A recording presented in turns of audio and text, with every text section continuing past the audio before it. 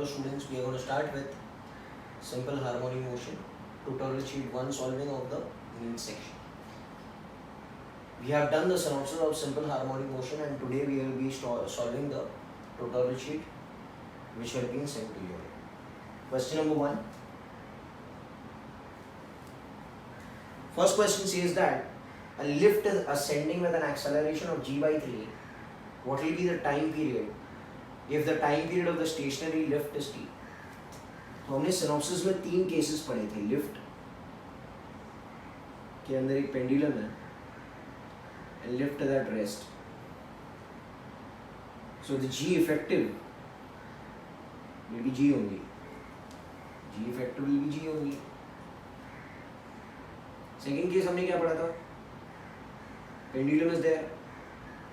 Lift is going up with an acceleration a. बराबर है, going up.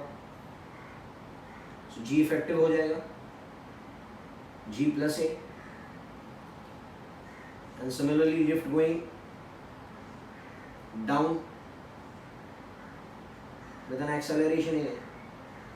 So g effective यहाँ पर रहेगा. सब सिनॉप्सिस में कर चुके हैं हम लोग g माइनस. अब यहाँ पर कह रहा है कि जब स्टेशनरी लिफ्ट है तो उसका time period t.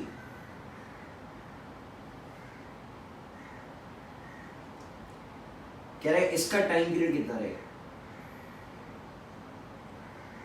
An acceleration was given as g by 3. ये क्वेश्चन है. हम लोग क्वेश्चन की तरफ और देखते हैं. So when the lift is at rest, the time period of simple pendulum is 2 pi root of L by g. भाई पता है ना आप लोग को? Yes or no? When the lift is accelerating up, the time period will become, इसको t1 ले लो, इसको t2 ले लो, will become 2 pi root of L by g plus a.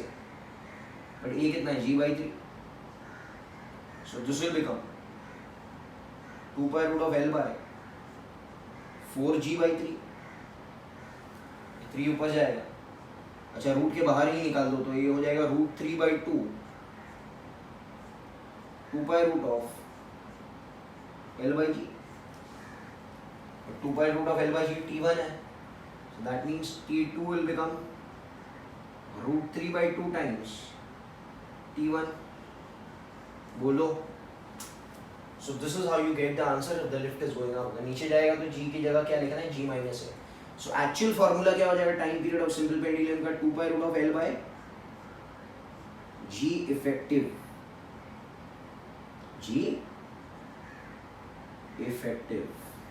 So I hope you have understood this question. It's question number 1. Now we go to question number 2. कुछ अच्छे वाले question हम लोग करेंगे एंड देन जो भी doubts है we can clear that doubts in the doubt solving session. We are doing question number 2. When an oscillator completes 100 oscillation the amplitude becomes 1/3 of an initial value. तो can I say 0 to 100 oscillations में the amplitude is becoming a by 3. 1/3 हो गया. Result in जो main amplitude था उसका 1/3 हो गया. बोलो what will be the amplitude after 200 oscillations. तो मुझे मालूम है 100 ऑसिलेशंस में 1/3 कम होता है. 1/3 ऑफ ए है ना यार. बोलो तो कैन आई से 100 ऑसिलेशन बाद a by 3 हो गया. तो और 100 ऑसिलेशंस बाद मतलब 200 ऑसिलेशंस बाद will be 1/3 of the initial amount. भाई पहले ए था 100 ऑसिलेशंस के बाद में उसका एम्पलीट्यूड हो गया a by 3. This is condition of damping. तो और 100 ऑसिलेशन बाद और 1/3 हो जाएगा of the initial amount. But इसका इनिशियल अमाउंट 1/3 है ना. सो it will become what will be the answer? क्या रहेगा? Amplitude will be a by 9. 1/3 of a by 3 is a by 9. समझ में आ रही है बात? देखो एक्चुअली क्या हो रहा है, इस फिनोमेना को बोलते हैं डैम्पिंग. डैम्पिंग का मतलब क्या होता है? एम्पलीट्यूड का कम होना. सो कैन आई से इनिशियल एम्पलीट्यूड इतना था, थोड़ी देर बाद ऐसे फिर ऐसे फिर ऐसे फिर ऐसे कम हो जाएगा. So it is exponentially decreasing.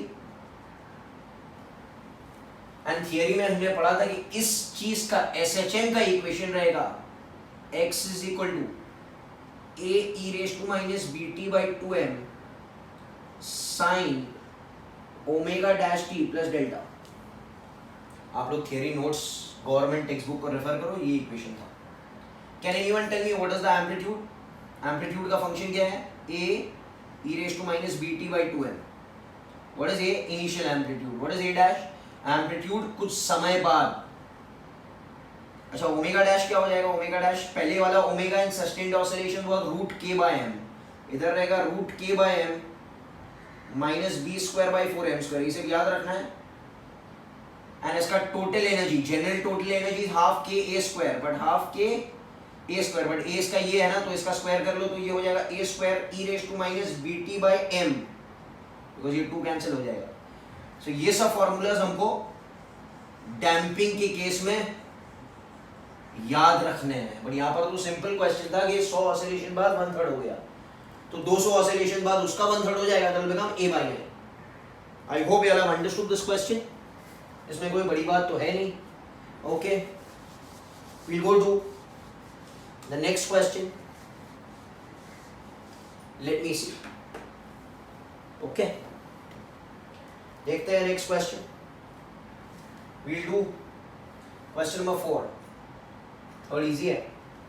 The spring constant are K1 and K2 respectively and stretch up to the limit when the potential energies are equal. So potential energy of the first spring and potential energy of the second spring is the same.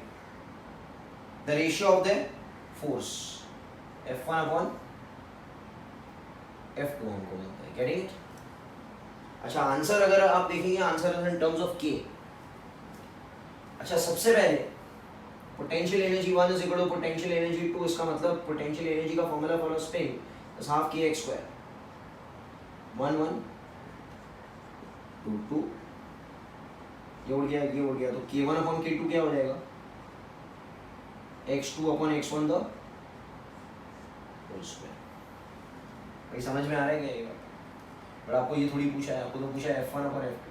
f is minus के x, minus minus उड़ा दो, ये हो जाएगा k1 x1 upon k2 x2। Similarly k1 upon k2 को ऐसे ही रखो, x को उड़ा देना बिकॉज आंसर k के टर्म्स में लाना है, तो what is x1 upon x2 उल्टा will be root k2 by k1। उसको अगर कैंसिल कर देंगे तो आ जाएगा root k1 upon k2 will be f1 upon f2। और this is how you deal with the answer. You can find the answer, जो भी आंसर दिया हुआ है वो आप देख सकते हैं, कोई बड़ी बात तो है नहीं। Next question.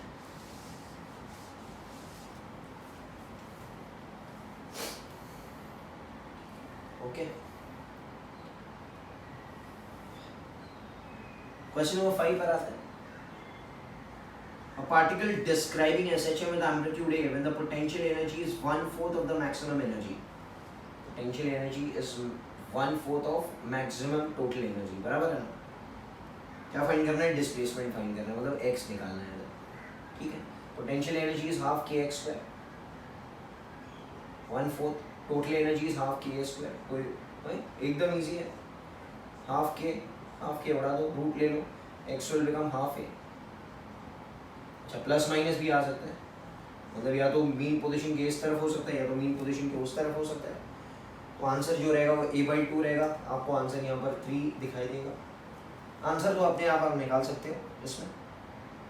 करेंगे question number 7, question number 6। Question number 6 पढ़ते हैं हम लोग। Force constant of a spring is k, 1/4 is detached, मतलब बचा कितना? 3/4। I had told you k is inverse to L. Can I say L becomes कितना? 1/4 काट दिया तो 3/4 बचाना, तो k उसका उल्टा 4/3 k। बोलो this will be the answer, yes or no. Question number 8 पर आता है। आप लोग को खुद से सॉल्व करना है, सिनॉप्सिस रेफर करना है। Which of the following does not represent simple harmonic motion. Simple harmonic motion का शर्त यह है कि दो SHMs का फ्रीक्वेंसी सेम होना चाहिए। आप यहाँ पर देख सकते हो कि थर्ड आंसर जो है y is equal to a sin omega t plus b sorry fourth answer जो है y is equal to 8 tan omega t. I told you tan is not a harmonic function. बाकी सब आप देख सकते हो, साइन है कॉस है, तो cosine and cos is a harmonic function. Sine equation ऐसे होता है, साइन का ग्राफ ऐसे होता है, कॉस का ग्राफ बेटा this is sine graph, cos graph बेटा ऐसे होता है. सो वापस अपनी जगह पर आएगा, फिर ऊपर जाएगा, फिर वापस जाएगा. तो sine and cos are harmonic functions, but tan is not a harmonic function. इसलिए हमने answer which is not a harmonic function हमने डी को सेलेक्ट किया. तो ये चीज़ हमने थ्योरी में आपको पढ़ाई है. ठीक है बेटा, हार्मोनिक फंक्शन होना है मतलब वापस जाकर अपनी जगह पर फिर से वापस आना है, like a simple pendulum. Okay, question number 9. A child swinging on a swing in the sitting position. Child बैठा हुआ है. The time period of the spring, okay, he stands up. The time period of the swing will, अभी यहाँ पर if this is the, okay, अगर मैं आपसे कहूँ ये एक झूला है and the child is there over here, okay, yes sir, sitting position. तो कैन आई से इसका सेंटर ऑफ ग्रेविटी लोअर है, तो ये ऐसे झूला खा रहा है एंड इसका कुछ टाइम पीरियड है. Can I consider this to be simple pendulum 2 pi root of L by G. अच्छा, what is this L? L is the distance between the point of suspension and इसका centre of gravity, यहां से यहां तक. तो अगर ये बैठा हुआ है तो उसका सेंटर ऑफ ग्रेविटी इधर किधर रहेगा? बोलो.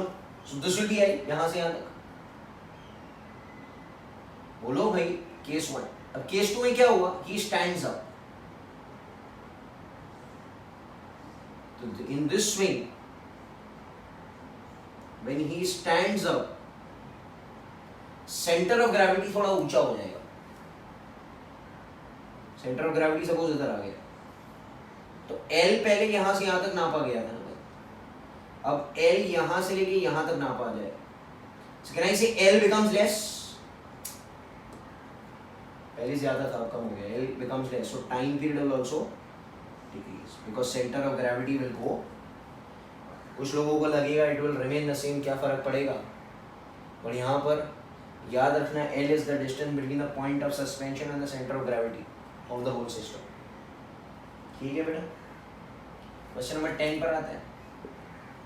Spring constant is k when it is divided into n parts. ये हमने आपको पहले ही बता दिया है कि n पार्ट्स में अगर काट देंगे k is inverse to l, तो if l becomes l by n, तो k dash will become n k. मैंने भी किया था थोड़ी देर पहले. Yes or no sir? This is all. Question number 12. Two spring constant k and 2k are shown. The frequency of oscillation. अब यहाँ पर आप देख सकते हो ये एक स्प्रिंग है k वाला, मास इधर है, और एक स्प्रिंग है 2k वाला. अब मैंने आपको थियरी में बताया है कि ये पैरेलल सिस्टम है. पैरेलल का पहचान क्या रहता है? 2 कॉमन पॉइंट्स. तो एक कॉमन पॉइंट तो मास है दोनों में, और एक कॉमन पॉइंट दीवार है. ये दीवार, ये दीवार, तो ये कॉमन पॉइंट ही हुआ ना, एक ही दीवार तो है. तो can I consider this to be like this? ये k, ये 2k, ये मास है. बोलिए तो k इक्विवेलेंट क्या हो जाएगा? मैंने आपको बताया था इट इज पैरेलल में होता है k1 plus k2. Please refer the synopsis. तो ये हो जाएगा 3k. टाइम पीरियड का फॉर्मूला मालूम है? 2 पाई अंडर रूट क्या भाई? 2 पाई बाय ओमेगा होता है ना. Omega is root k by m, so it will become 2 pi root of m by k. बराबर है 2 pi under root m by k, but k is 3k. Time पूछा है. अच्छा, इसका उल्टा करेंगे तो फ्रीक्वेंसी मिल जाएगा. Frequency will become 1/2 pi root of 3k by m. So this will be the resultant answer. अब ढूंढ लेना वो आंसर. अब आगे हम लोग आगे बढ़ते हैं. ठीक है बेटा. कुछ क्वेश्चन तो आपको एकदम डायरेक्ट मिलेंगे from the synopsis. Question number 15. the ratio of Ke of the particle at the mean position to the point when it is half the amplitude. तो Ke at mean position मतलब x 0 पर upon Ke at where sir x is a by 2 half the amplitude पर ratio मांगता है, ठीक है ना. अच्छा Ke का जनरल फॉर्मूला है हाफ के a square minus x square. x की जगह पहले 0 डालो तो Ke at the mean position will become half Ke square. Value put करो x 0 upon Ke at x is a by 2. if I put it a by 2 a square by 4 तो ये हो जाएगा half Ke 3 by 4 a square. दोनों का division पूछा तो divide कर दो तो हाफ के a स्क्वायर तो ये आंसर हो जाएगा 4 by 3. तो आप तो डायरेक्ट आंसर देख सकते हो. Yes or no sir. Okay. Question number 17. Which of the following statement is true for the speed v and an acceleration a? Speed का फॉर्मूला हमको मालूम है ओमेगा अंडर रूट ए स्क्वायर माइनस एक्स स्क्वायर मतलब minus plus sign. Speed मतलब direction नहीं लेना है तो ऐसे कहने दो. Acceleration is minus omega square x. यहाँ पे मैग्नीट्यूड पूछा है already omega square x. Okay. पहला वाला ऑप्शन कह रहा है when a is 0 whatever may be v. ऐसा तो नहीं है. ये कह रहा है when v is 0 a is 0. देखो इधर मेरी बात सुनो. मीन पोजीशन में क्या होता है x is 0 तो v is maximum that is omega a. मालूम है ना यार. So acceleration will be 0 because omega square x है तो x तो 0 है. यहाँ पर एक्सट्रीम पोजीशन पे क्या बात करेंगे v is 0 बिकॉज़ पार्टिकल रुक जाएगा ना. Acceleration will become minus omega square a because acceleration ऐसे एक्ट करेगा तो ही तो वापस लेकर आएगा. तो कहना इसे जब v 0 है तो a 0 नहीं है a मैक्सिमम है. या तो जब v मैक्सिमम है a 0 है. सिनॉप्सिस पढ़ो भैया. है सो कहना इसे when v is maximum a 0 when v is maximum a 0 ये ऑप्शन सी मैच कर जाएगा. बराबर है क्या. क्लियर है. Question number 19. Please read the synopsis. एकदम सिंपल चैप्टर है. ओके. आप इसको सॉल्व करिए फिर इसके हाई लेवल को सॉल्व करिए डाउट सॉल्विंग करिए. क्या कह रहा है ये. एक बॉल है. कह रहा है अ मास of 0.5 kg is moving at the speed of so 0.5 kg का मास है is moving at the speed of 1.5 centimeter per second. Correct है. collides with a weightless spring of this much the maximum compression.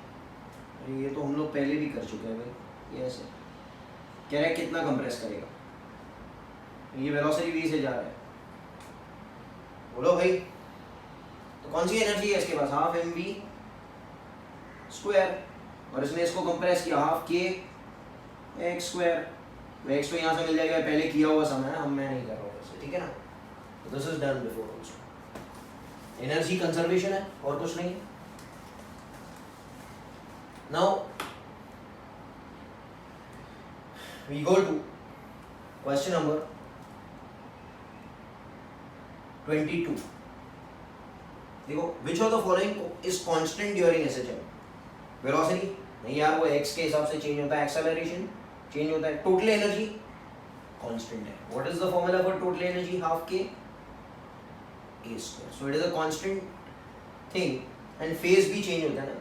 Phase 0 90 180 270 आपको पता है. ठीक है. Question number 24. The maximum velocity of the equation y is equal to 3 sin 100t plus pi by 6. v maximum बनता है. v maximum का formula क्या है ओमेगा a. अच्छा इस इक्वेशन को हम लोग कंपेयर कर सकते हैं y is equal to a sin omega t plus delta. अरे याद है क्या भूल गए. वेव मोशन a कितना है 3 है. Omega is 100 and delta is pi by 6. But मुझे मतलब है ओमेगा a से. इससे ही मतलब है. तो v मैक्सिमम क्या हो जाएगा omega into a that is 300 centimetre पर सेकंड. जो भी वो यूनिट दिया है आप लोग यूनिट देखकर उसको मैनिपुलेट आराम से कर सकते हैं. सेंटीमीटर नहीं है यहाँ पर यूनिट्स है. जैसे है वैसे लिख लो भाई. Getting it. Question number 25. If E and V denote average kinetic energy and average potential energy. Always remember, average kinetic energy is equal to average potential energy is half of total energy. ये हमेशा याद रखना as a standard result. So half of total energy कितना है बेटा? Half के ए square. So it will become 1/4 k A square. So average kinetic energy, this is average kinetic energy, this is average potential energy. What will be the formula? 1/4 k A square. दोनों का value भी same है, तो answer यहाँ पर क्या रहेगा? 1 ही रहेगा. दोनों का वैल्यू सेम है, दोनों का वैल्यू लर्न बाय हार्ट आपको करना है. कितना? ये इंटीग्रेशन से आता है. एवरेज का मतलब हमेशा इंटीग्रेट करना पड़ेगा. ठीक है, तो इनसी आगे व्हाट काइंड ऑफ सम्स आते हैं आप देख सकते हैं. बहुत सिंपल क्वेश्चन है. Question number 26. Potential energy when the stretching is 2 centimetre is you. So initial potential energy कितना? यू है. Potential energy when the stretching is 8 centimetre is how much? अरे भाई, potential energy is half K X square. अब आप x की तरफ देखो, x कितना गुना हो गया? पहले 2 था, 8 हो गया, तो 4 गुना बढ़ गया ना. अरे देखो ना यार, 2 4 ज़ा 8, तो 4 गुना अगर ये बढ़ गया तो ये तो 4 स्क्वायर टाइम बढ़ जाएगा. Is proportional to x square ना, so proportional to 4 square, that will be proportional to 16. मतलब पोटेंशियल एनर्जी 16 गुना बढ़ जाएगा. तो potential energy 2 will be 16 times of potential energy 1, that is 16 into u. तो 16 u इज द आंसर. बोलो, फटाफट answer हो गया. Getting it? क्वेश्चन नंबर 29 पर आता है. भाई आप लोग खुद से सॉल्व करो, आ जाएगा यार. 29 क्वेश्चन कह रहा है the particle having kinetic energy. Kinetic energy का इक्वेशन क्या दिया है? k not cos square omega t. The maximum potential energy and total energy मांगता है. एक चीज मुझे पता है सिनॉप्सिस से कि total energy is maximum potential energy is equal to maximum kinetic energy, मतलब ना हाफ के ए स्क्वायर. ये चीज मुझे पता है सिनॉप्सिस से, ये पता होनी चाहिए भाई. अच्छा, एक और एक चीज मैंने आपको बताई थी कि काइनेटिक एनर्जी के इक्वेशन में या कोई भी इक्वेशन रहेगा, ट्रिग्नोमेट्रिकल फंक्शन को छोड़ के जो भी आगे वाला रहता है वो उसका कौन सा वैल्यू रहता है बेटा? मैक्सिमम वैल्यू रहता है. तो what is the maximum value of kinetic energy? k not.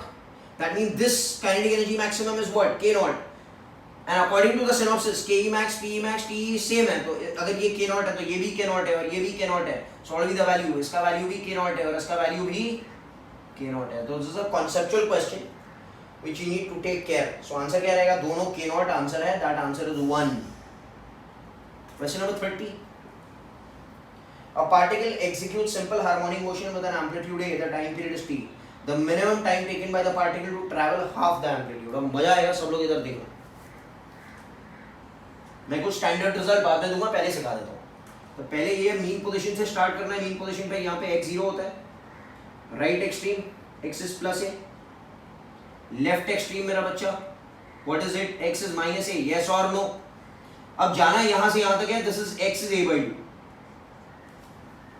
इधर पहुंचना है, यहां से शुरू करके यहां पर पहुंचना है. कह रहा है कि ये टाइम कितना है. अब मेरी बात सुनो, मैंने आपसे कहा था कि अगर x को चलाना है तो आपको साइन टेबल चलाना पड़ेगा. Sine is x is a sin omega t plus delta ना. किधर पहुंचना है? a/2. भाई a/2 का कोएफिशिएंट कितना है? हाफ है. Sine of how much is half? 30 degree. आप कहेंगे 30 डिग्री मतलब 0 से 30 डिग्री पर जाना है. अरे बोलो ना भैया. मतलब अगर फेजर के लैंग्वेज में अगर हमको बोलना है तो अगर मैंने यहां से स्टार्ट किया, ये पार्टिकल परछाई इधर थी, याद है ना? इधर का परछाई इधर, अगर ये इधर से इधर आएगा तो इनडायरेक्टली ये इसका परछाई इधर आएगी. मतलब ये कितना डिग्री ट्रेस करेगा? 30 डिग्री. मैं बना देता हूँ अच्छी तरीके से. Okay, yes or no sir? देखो सब लोग, पार्टिकल अगर इधर है तो उसका परछाई इधर है, उसको x इज a/2 पर जाना है. a/2 पर जाना है, सही है? ये a/2 है. तो अगर इसका परछाई आएगा तो इधर ही आएगा. तो कहना इसे इतना एंगल वो बनाएगा ट्रेस करते हुए यहाँ से चलते हुए. कितना डिग्री बना हुआ है? 30 ना, बिकॉज साइन का फंक्शन चलना है. बोलो भैया, समझ में आ रहा है कि नहीं आ रहा है? Getting it? अच्छा, अभी एकदम आसान हो गया। कैन आई से 360 डिग्री घुमाने में लगेगा टाइम पीरियड टी, तो 30 डिग्री घुमाने में कितना टाइम लगेगा? आपको मालूम है 3 कितना 36 यार, t by 12, so t will become t by 12 ना। बोलो यार कोई प्रॉब्लम है क्या? चलो और थोड़े सम्स इसी बेसिस पर हम देखते हैं। अगर मैं आपसे कहूं मुझे जाना है x is √3 by 2a पर, कितना टाइम लगेगा? तो आप बताओ मुझे। मैंने कहा x में कौन सा फंक्शन चलाना है? Sign table. अच्छा साइन का इसका कोएफिशिएंट कितना है? √3 by 2। Sine of how much is √3 by 2? यार तुम लोग बोलेंगे 60 डिग्री, तो मैं कहूंगा कि 360 को लगेगा टाइम t, तो 60 को लगेगा t by 6 ना। मैं कहूं मुझे जाना है x is a पर, कोएफिशिएंट इज 1, मतलब थीटा 90 है, साइन 90 1, तो t कितना लगा? आप बोलेंगे 360 को लगेगा टाइम t, तो 90 को लगेगा कितना यार? t by 4। तो एक चीज हमेशा हमको याद रखना है कि ओके ये मीन है, ये राइट एक्सट्रीम है, ये लेफ्ट एक्सट्रीम है। अभी ये लर्न बाय हार्ट कर लेना, बहुत जगहों पर काम लगेगा। x0 से अगर पार्टिकल शुरू हुआ, x is a by 2 पर जाना है, ये क्या है? a है ना। याद है ना, इधर से इधर तक का टाइम होगा, अभी निकाला हमने t by 12। यहां से यहां तक का टाइम होगा कितना? तुम लोग बोलेंगे सर और t by 9 यार, it will be t by 6। देखो ना ये 30 डिग्री है, ये पूरा 90 डिग्री है, तो ये 60 हुआ ना। अच्छा ये कितना डिग्री रहेगा? 90 डिग्री, तो 90 डिग्री में कितना टाइम लगेगा बेटा? t by 4। तो 0 से बीच में आना t by 12, बीच में से एक्सट्रीम पर जाना t by 6, और 0 से पूरा आखिर तक जाना t by 4। ये चीज हमको लर्न बाय हार्ट करनी है, बहुत काम लगेगा आगे। 0 से बीच में t by 12, बीच में से आखिर t by 6, 0 से आखिर t by 4। yes or no? Remember this, in terms of theta also you can convert, but याद रखना तो फटाफट सम्स भी आपको ओके बिना टाइम के सॉल्व कर लेंगे आप लोग। तो यहां पर आंसर था t by 12। बोलो भाई, question number 31 is simple, we have done it before also. Clear है? अब हम लोग देखते हैं क्वेश्चन नंबर 32 पर। A mass of 10 gram is connected to a massless spring and the time period of oscillations is 10 seconds. If 10 grams is replaced by 40 gram, हाँ तो ठीक है ना, 40 ग्राम बना दो। कह रहा है टाइम पीरियड कितना रहेगा? स्प्रिंग पेंडुलम का 2 pi under root m by k होता है कि नहीं? Proportional to root m। m कितने गुना हो गया? 4 गुना, तो इधर 4 नंबर डाल दो, become 2, so time period will become 2 times of initial time ना, तो 2 times of 10 seconds will become what? 20 seconds। अरे ट्रिक पल्ले पड़ रहा है कि नहीं यार? फटाफट करना है ना, rather than doing t1 upon t2। तो इसको तो थोड़ा प्रैक्टिस करना पड़ेगा, जो ट्रिक्स मैंने आपको बताई है, फटाफट आपको टाइम बच जाएगा। क्वेश्चन नंबर 38 देखो। A particle is executing SHM. The time taken by the particle to reach from extreme to a by 2. So a by 2 से extreme जाना है तो t by 6 लगेगा। अभी थोड़ी देर पहले किया था मैं। बोलो भाई। ओके, क्वेश्चन नंबर 39, 40 सेम है, 41 सेम है, हाँ 42 यार ये भी सेम है। t is 2 pi under root m by k सबको मालूम है। बोलो, अब क्वेश्चन पढ़ते हैं। A period of oscillation of m is t. If along with another mass m is also suspended, तो m की जगह 2m कर दिया। अरे यार m की जगह 2 कर दिया, 2m और एक मास डाल दिया, तो it will become √2 ना। So time period final will become √2 times time period initial। कोई समझ है क्या यार? ये 43 पर आता है। The displacement of the particle y is equal to x is a sin square omega t।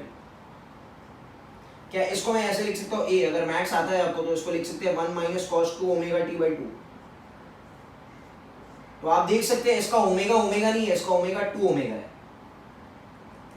इसका ओमेगा डैश ओमेगा नहीं है, इसका ओमेगा कितना है 2 ओमेगा है, देखो ना 2 ओमेगा है, बिकॉज ये स्क्वायर में तो पता चलेगा ही। The motion of the particle corresponds to a frequency. अच्छा frequency is what? 2 pi f. Omega is 2 pi f. So f will be omega by बोलो, ध्यान रखना है इसका। तो थोड़ा मैथमेटिक्स आपको आना चाहिए। ये क्लियर है? Question number 46. The displacement of the particle y is equal to 2 cos pi t plus pi by 6.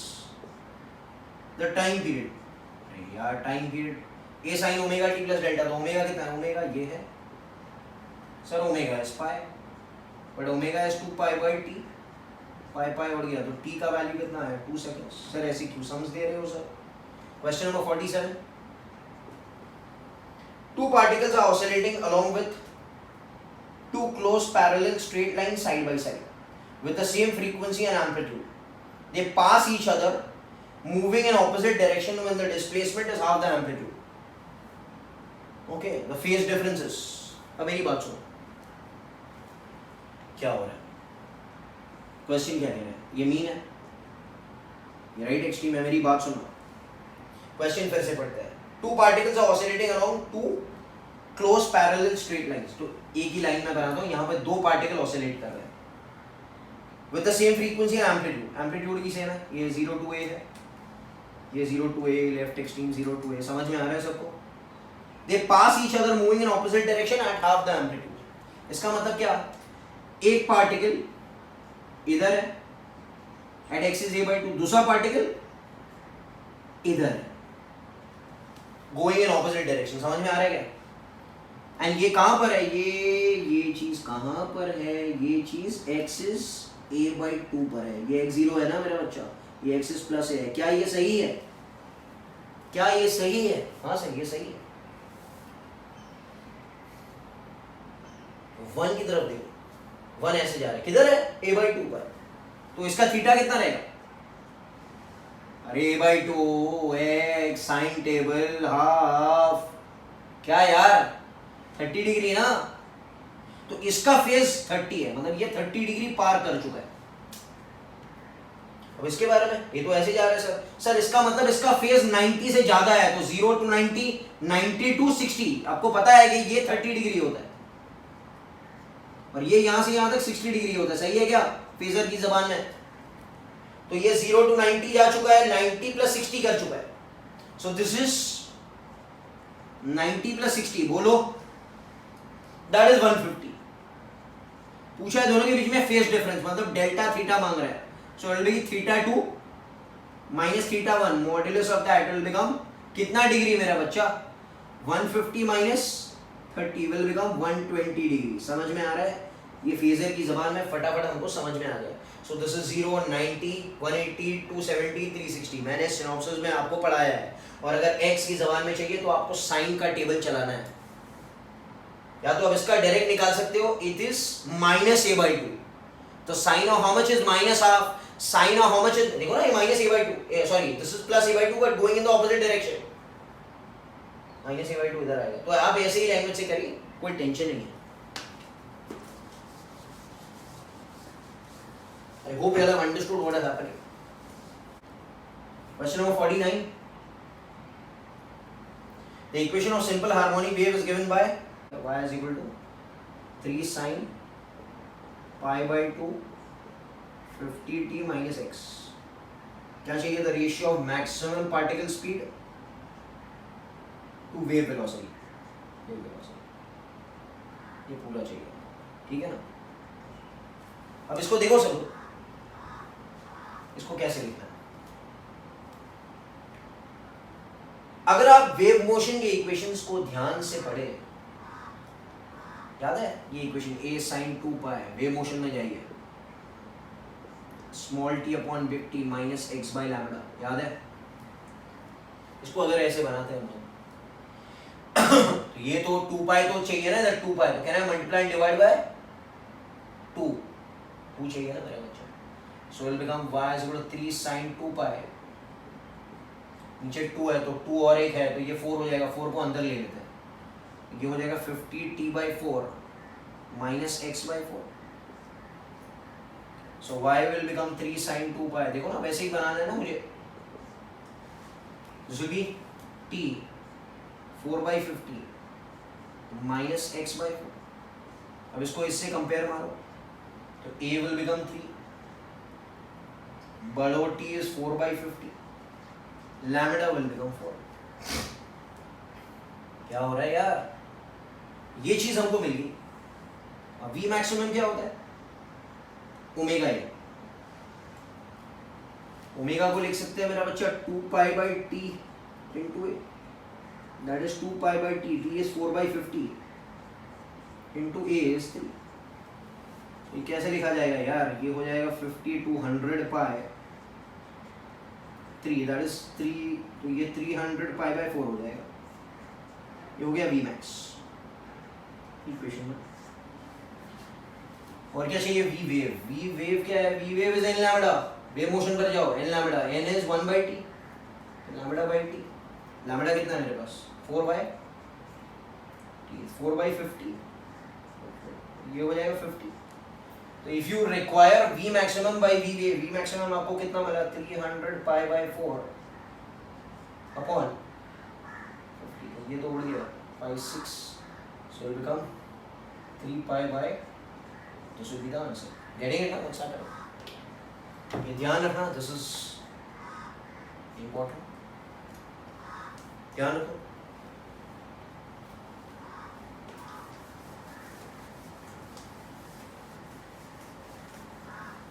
getting it now? question number 50. y is equal to minus ax plus bt. Minus bt क्या ये SHM है? It is not SHM. क्यों, sine cos है ही. Sine cos नहीं है भाई, तो it will always perform SHM. No sir, it can never perform SHM. Yes, so it can never perform SHM. It is not an SHM because SHM के लिए sign और cos होना चाहिए. यहाँ पर साइन कॉस है ही नहीं, तो साइन कॉस नहीं है तो SHM नहीं है. It is an oscillatory motion but it is not an SHM. तो I have finished tutorial sheet 1. Next time हम लोग ट्यूटोरियल शीट 2 सॉल्व करेंगे. बट आई होप आप ट्यूटोरियल शीट 1 सॉल्व करके रखेंगे सिनॉप्सिस के साथ में. Thank you very much.